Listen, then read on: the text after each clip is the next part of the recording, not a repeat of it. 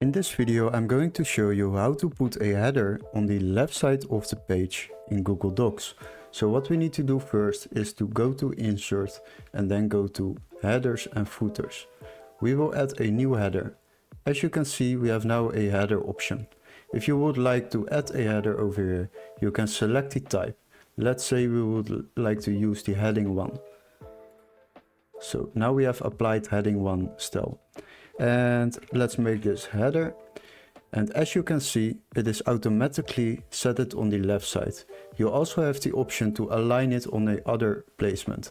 If you would like to center it, click on center. If you would like to align it on the right side, click on the right side. And now you have successfully put a header on the left side of the Google Page Docs.